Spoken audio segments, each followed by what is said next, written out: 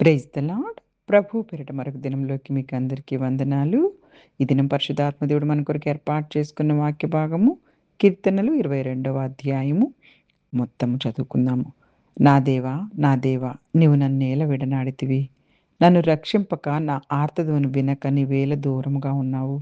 నా దేవా, పగలు నేను మొరపెట్టుచున్నాను. రాత్రి వేళను నేను మౌనంగా ఉండట్లేదు. అయినను నువ్వు నాకు ఉత్తరం ఇయ్యకున్నావు. నీవు ఇశ్రాయేలు చేయు స్తోత్రముల మీద ఆసీనుడివై ఉన్నావు. మా పితరులు నీ యందు నమ్మిక ఉంచిరి. వారు నీ యందు నమ్మిక ఉంచగా నువ్వు వారిని రక్షించితివి. వారు నీకు మొరపెట్టి విడుదల నొందిరి. నీ యందు నమ్మిక ఉంచి సిగ్గుపడకపోయిరి. నేను నరుడను కాను, నేను పురుగును. నరుల చేత నిందింపబడిన వాడను, ప్రజల చేత తృణీకరింపబడిన వాడను. నన్ను చూచి వారందరూ పెదవులు విరిచి తల ఆడించుచు నన్ను అపహసించుచున్నారు. యెహోవా మీద నీ భారం మోపుము. ఆయన వారిని విడిపించునేమో. వాడు ఆయనకు ఇష్టుడు కదా! ఆయన వారిని తప్పించునేమో అందురు. గర్భం నుండి నన్ను తీసిన వాడవు నీవే కదా! నేను నా తల్లి యొద్ద స్తనపానం చేయుచుండగా నీవే కదా నాకు నమ్మిక పుట్టించితివి. గర్భవాసినది మొదలుకొని నాకు ఆధారం నీవే. నా తల్లి నన్ను కన్నది మొదలుకొని నా దేవుడవు నీవే. శ్రమ వచ్చి ఉన్నది, సహాయం చేయవాడెవడునూ లేడు. నాకు దూరముగా ఉండకుము. వృషభములు అనేకములు నన్ను చుట్టుకొని ఉన్నవి. బాషాను దేశపు బలమైన వృషభములు నన్ను ఆవరించి ఉన్నవి. చీల్చుచును గర్జించుచునుండు సింహం వలె వారు నోళ్లు తెరుచుచున్నారు. నేను నీళ్ల వలె పారబోయబడి ఉన్నాను. నా ఎముకలన్నీ స్థానం తప్పి ఉన్నవి. నా హృదయము నా అంతరంగమందు మైనం వలె కరిగి ఉన్నది. నా బలం ఎండిపోయి చిల్ల పెంకులు అయ్యాయను. నా నాలుక నా దవడను అంటుకొని ఉన్నది. నువ్వు నన్ను ప్రేతల భూమిలో పడవేసి ఉన్నావు. కుక్కలు నన్ను చుట్టుకొని ఉన్నవి. దుర్మార్గులు గుమ్ముకూడి నన్ను ఆవరించి ఉన్నారు. వారు నా చేతులను నా పాదములను పొడిచి ఉన్నారు. నా ఎముకలన్నీయు నేను లెక్కింపగలను. వారు నిదానించుచు నన్ను తేరి చూచుచున్నారు. నా వస్త్రములు వారు పంచుకొనుచున్నారు. నా అంగీ కొరకు చీట్లు వేయుచున్నారు. యెహోవా, దూరముగా నుండకము. నా బలమా, త్వరపడి నాకు సహాయం చేయము. ఖడ్గము నుండి నా ప్రాణములు, కుక్కల బలం నుండి నా ప్రాణమును తప్పింపు. సింహపు నోట నుండి నన్ను రక్షింపు. గురుపోతుల కొమ్మల్లో నుండి నన్ను రక్షించి నాకు ఉత్తరం ఇచ్చి ఉన్నావు.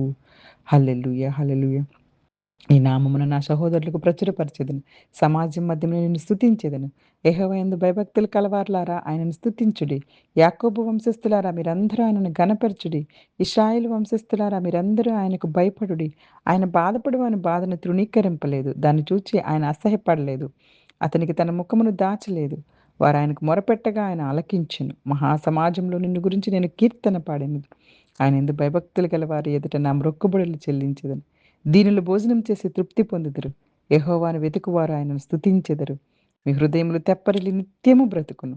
భూదిగంతముల నివాసులందరూ జ్ఞాపకము చేసుకొని యెహోవా తట్టు తిరిగెదరు. అన్ని జనుల వంశస్థులందరూ నీ సన్నిధిని నమస్కారం చేసెదరు. రాజ్యము యెహోవాదే, అన్ని జనులను ఏలువాడు ఆయనే. భూమి మీద వర్ధిల్లుచున్న వారందరూ అన్నపానములు పుచ్చుకొనుచు నమస్కారం చేసెదరు. తమ ప్రాణములు కాపాడుకొనలేక మంటిపాలగు వారందరూ ఆయన సన్నిధిని మోకరించెదరు. ఒకని సంతతి వారు ఆయనను సేవించెదరు. రాబోవు తరమునకు ప్రభువు గురించి వివరింతురు. వారు వచ్చి ఆయన దీన్ని చేసిందని పుట్టబోవు ప్రజలకు తెలియజేతురు. ఆయన నీతిని వారికి ప్రచురపరుతురు. హల్లెలూయా, హల్లెలూయా. పరిశుద్ధాత్మదేవుడు ఈరోజు ఈ వాక్యం ద్వారా మనతో మాట్లాడుతూ ఉన్నారు. ఈ కీర్తన ద్వారా. ఈ కీర్తనను కూడా దావీదు గారే రాశారు. ఇది బైబిల్‌లో అత్యంత ప్రవచనాత్మకమైన కీర్తనల్లో ఒకటి. దావీదు గారు తన జీవితంలో తీవ్రమైన బాధలు ఉన్నప్పుడు వ్యక్తపరుస్తున్నటువంటి కీర్తన అయినప్పటికీ, పరిశుద్ధాత్మ ప్రేరణతో ఈ కీర్తన మన మెస్సయ్యను గురించి, ఆయన అనుభవించిన శ్రమలు, ఆయన శిలువ మరణము మరియు చివరకు ఆయనకొచ్చిన విజయాన్ని కూడా ముందుగానే తెలియపరుస్తుంది. ఈ కీర్తనను 3 భాగాలుగా మనం విభజించొచ్చు. మొట్టమొదట 1-21 వచనాల వరకు కూడా బాధలో దేవుని యొక్క పిలుపు. తనకున్న బాధల్లో దేవుణ్ణి ఎలా పిలుచుకుంటున్నారు, దేవుణ్ణి ఎలా వేడుకుంటున్నారు అన్ని విషయాలు. 22-26 విడుదల తర్వాత స్తుతి. తర్వాత 27-31 దాకా క్రీస్తు రాజ్యము మరియు సమస్త జనాలు ఎలాగా క్రీస్తుని ఆరాధిస్తున్నారని తెలియపరుస్తుంది. మొట్టమొదటి వచనంలో నా దేవా, నా దేవా నన్నెందుకు విడిచిపెట్టేది. ఈ కీర్తనలో ప్రసిద్ధమైన వాక్యం దావీదు గారు తన బాధల్లో దేవుని సహాయం కొరకు మొరపెడుతూ, అయ్యా ఎందుకు నన్ను విడిచిపెడతావు. ఈ మాటలు యేసుక్రీస్తు ప్రభువారు కూడా సిలువపై పలికారు. నా దేవా, నా దేవా నన్నెందుకు విడిచిపెట్టితివి అని. కొన్నిసార్లు దేవుడు దూరంగా ఉన్నట్టుగా అనిపించినా ఆయన ఎప్పుడూ తన పిల్లల్ని విడిచిపెట్టడండి. హల్లెలూయా. 3-5 వచనాలు చూస్తే దావీదు గారు దేవుని పరిశుద్ధతను, గతంలో ఇశ్రాయేలీయులను రక్షించిన ఇశ్రాయేలీయులు ఏ విధంగా నమ్మకం పెట్టుకున్నప్పుడల్లా వారిని రక్షించిన విధానాన్ని, వారి యొక్క విశ్వాసాన్ని బట్టి వారిని ఏ విధంగా కాపాడారు, ఇవన్నీ గుర్తు చేసుకుంటూ ఉన్నారనమాట. గుర్తు చేసుకుంటూ కీర్తనలో మరలా మరలా ధ్యానం చేస్తున్నారు. కష్టకాలాల్లో మనం కూడాను అనేకమైన కష్టాల నుంచి మనల్ని గట్టెక్కించినటువంటి విషయాలను బట్టి దేవుడు మన జీవితాల్లో చేసిన కార్యాలను అవన్నీ జ్ఞాపకం చేసుకుంటే మన విశ్వాసం బలపడుతుంది. అన్ని భయంకరమైన విషయాల్లో నుంచి తప్పించిన దేవుడు ఈ విషయం ఇప్పుడొచ్చిన దానిలో నుంచి తప్పించలేడా? ఈ శ్రమలో నుంచి తప్పించలేడా? తప్పిస్తాడు తప్పకుండా. ఆ నమ్మకం, విశ్వాసం మనం బలపరుస్తుంది. దావీదు గారు ప్రజలచే అవమానించబడ్డారు. అతన్ని కూడా ఎగతాళి చేశారు. అలాగే యేసుక్రీస్తు ప్రభువారిని కూడా సిలువపై ఎంత హేళన చేశారో మనందరికీ తెలుసు. ఆయనకు ముళ్ళ కిరీటం పెట్టి, పెట్టిందెవరు? ఆయన మీద ఉమ్మి వేసి, ఉమ్మి వేసిందెవరు? ఆయనను కొట్టి, కొట్టిందెవరు? అని ఇలా భయంకరమైనటువంటి హేళన. 9-11 వచనాల్లో దావీదు గారు చిన్ననాటి నుండి దేవుని సంరక్షణను గుర్తు చేసుకుంటూ, ఇప్పుడు కూడా తనను విడిచిపెట్టొద్దయ్యా అని ప్రార్థించుకుంటూ ఉన్నారు. మనం కూడా చిన్నప్పటి నుంచి ఎన్ని విషయాల్లో మనల్ని రక్షించారు. దినం ఈ వాక్యం ఇంకా వింటూ ఉన్నాము అంటే మనం ప్రాణాలతో ఉన్నాము అంటే మనం ఇంకా కూడాను ఈ భూమి మీద ఉన్నాము అంటే అది ఉచితమైన దేవుని కృపే గదా! ఆయన సంరక్షణే గదా! అవన్నీ గుర్తు చేసుకుంటూ ఇప్పుడు కూడా నన్ను విడిచిపెట్టకయ్యా అని ప్రార్థన చేసుకుందాం. దేవుడు మన జీవితం అంతా మనతోనే ఉంటాడని మనము నమ్మకంతో ఉండాల. ఈ 12-18 వచనాల్లో దావీదు గారు ఈ భాగంలో శత్రువులని చాలా భయంకరంగా వారిని వర్ణిస్తున్నారు. బలమైన ఎద్దులతోటి, సింహాలతోటి, కుక్కలతోటి. ఇక్కడ మనందరికీ తెలుసు ప్రవచనాత్మకమైనటువంటి వివరాలు. చేతులు, కాళ్ళు గాయపట్టాలు, ఎముకలు కనిపించేంత శ్రమ, వస్త్రాలను పంచుకోవడం, చీట్లు వేసుకోవడం ఇవన్నీ యేసుక్రీస్తు ప్రభువారికి సిలువలో నెరవేరినటువంటి ప్రవచనాలు. 19-21 వచనాల్లో దావీదు గారు దేవుని త్వరగా వచ్చి రక్షించమని వేడుకుంటున్నారు. అత్యంత కష్టకాలంలో ప్రార్థన బలంగా చేసుకుంటున్నారు. 22-26 వచనాల్లో రక్షణ తర్వాత స్తుతి. హల్లెలూయా! దేవుడు తన ప్రార్థనకు సమాధానం ఇచ్చినందుకు దావీదు గారు ఆయన్ని స్తుతిస్తూ ఉన్నారు. దేవుని నామాన్ని నా సహోదరుల మధ్యలో ప్రకటిస్తానని చెప్తూ ఉన్నారు. ఇదిగో కొత్త నిబంధనలో కూడా ఇదే కదా మనము లిఖించబడింది. మనం అందరికీ కూడా ప్రకటించాలి. హల్లెలూయా! దేవునికి భయపడే వారందరూ ఆయన స్తుతించాలని పిలుపునిస్తున్నారు.